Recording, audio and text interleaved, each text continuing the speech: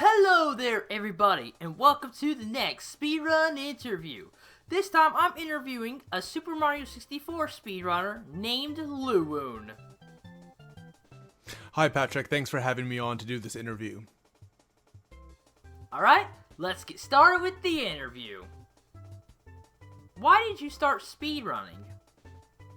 So I began speedrunning back in 2018 when I came across several Glad Jonas videos on YouTube showing many different runners playing a variety of games, and after that I created my own Twitch account and I kind of looked around at which games I still had from my childhood that I could try speedrunning myself. I thought that the idea of practicing and playing a game, utilizing multiple tricks, and trying to just get better overall looked like a very fun thing to try. What games are you currently speedrunning, and what games do you plan on speedrunning in the future?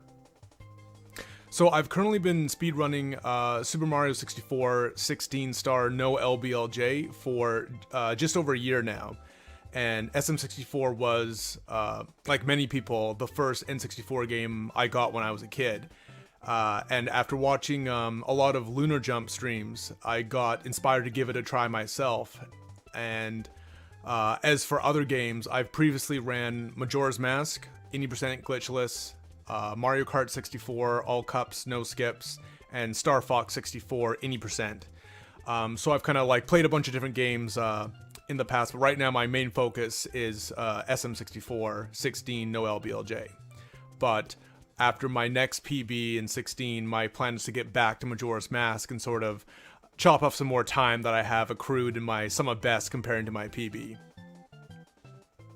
What glitches, skips, and or tricks would you say has been the easiest and also the hardest for you to perform?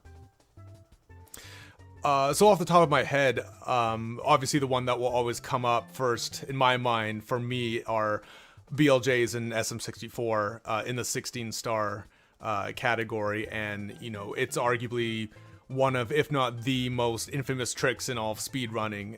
You know, it dates back years and years and years. Everyone knows about it, even if you don't run the game yourself. It's just, you know, the three words, you know, backwards long jumps. It can send shivers down your spine, and so much of it, so much of the run depends on that one section of the speed run, and it can completely derail attempts if it doesn't go your way. You know, you can have a great run before or after that, but if it doesn't go well on BLJs, then it can just completely destroy the run. So it's very imperative to try to practice and optimize them as best as you can. And the amount of practice that runners put into getting them consistent is quite wild to see, because it's such a huge part of it's a bit of a gatekeeper sort of to the run, where everyone knows about it, everyone kind of knows what the general idea is and how to pull them off, but you know, everyone can get burnt by BLJs, and it's one of those things where when you get it, it's the best feeling in the world, and when you don't get it, you just wonder, like, you know, what did you do wrong? But on top of that, something that I didn't anticipate when I first started playing Mario was just how important getting a good and confident Dark World red cycle is. Dark World, for multiple categories, not just 16-star, but for multiple categories, can completely throw off your pace, whether you're green or red, and just your current flow of the game. Dark World, I have a lot of resets in myself, and for me, typically, as long as I just don't fall off the level and I can just get all 8 red coins, then I'll consider that a victory. So I'm still working on trying to get a little bit faster overall, but as long as I get through that pipe to Bowser, then I'm good with that. And in terms of some other games, for something like Majora's Mask, when it came to the temples in the later half of the game, whether it be Stone Tower or Great Bay, there were a lot of sort of precise movement sections or jumps or just tricks you kind of had to do to sort of get through the dungeon as quickly as you could, and those two probably being the more difficult ones, at least in the 80% glitchless category. So those were two that were always sort of, you know, you're a few hours in, you might be getting a little bit tired, but you still gotta keep your focus up. So those were two areas to really sort of maintain your composure on.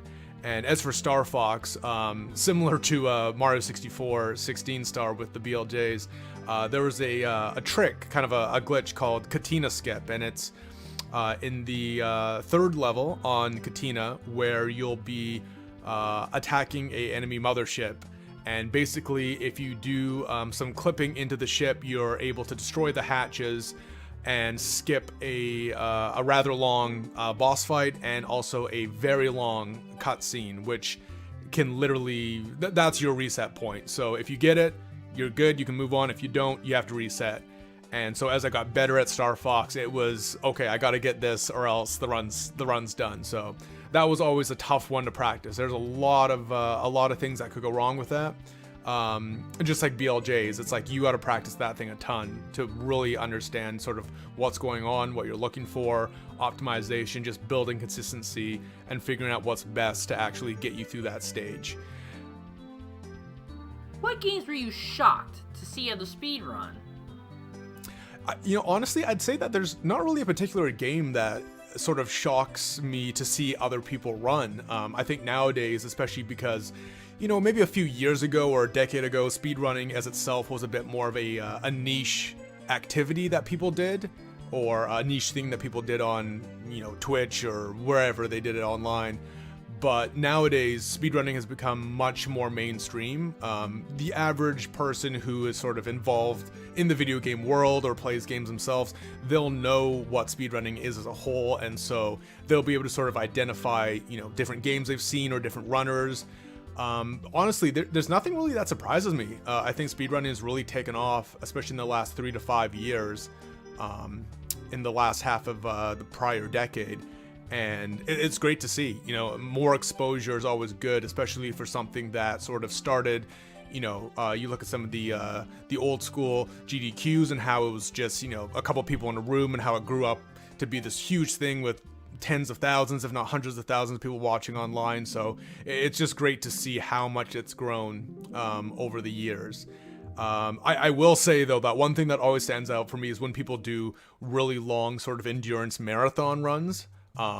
So whether it's something in the Final Fantasy series where you can see people doing, 7 to 12 hour speedrun attempts, and you're just thinking like, wow, that's a long time just to be doing something, regardless of what it is, right? Like you're putting in a full day's worth of work in terms of a shift of just running a game. So definitely the endurance runs are always very impressive.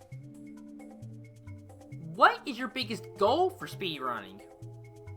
So currently my biggest speedrun goal has sort of been my most active one as of late, and that is, of course, to finally crest and break through the 17-minute barrier in 16 no LBLJ in SM64. When I first started the category, I didn't know exactly if I would sort of stick with it, how far I would push it, but it's one of those games, and it's just one of those categories where it's easy to pick up.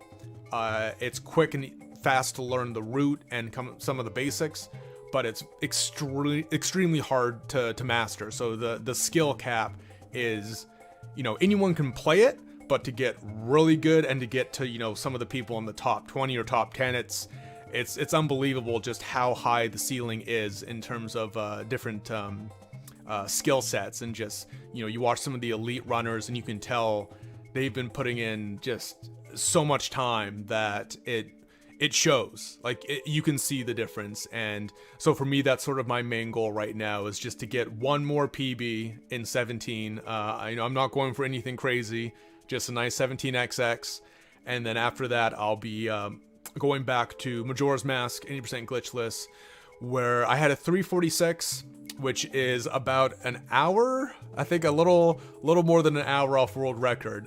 So I played that pretty, I was a bit of a scrub when I played that, so I'm looking to knock that down. Definitely try to get close to my summer best, which is I think a lower 3-hour time.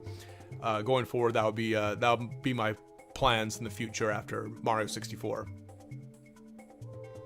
Yeah, thank you for having me on to do this interview, Patrick. I really enjoyed it, and I'm looking forward to watching the video myself. Thank you for having me on. Alright everybody, that is the interview. Huge thanks for being a part of my interview series, LuuuWun. It was such a huge honor to have, such a very talented SM64 speedrunner on the channel. I'm truly grateful, my friend. If you guys would like to check out LuuuWun, I'll leave a link to his Twitch in the description down below. Alright, thank you so much for watching this video, everybody. Like, comment, and subscribe. And I'll see you guys in the next video. Goodbye, everybody.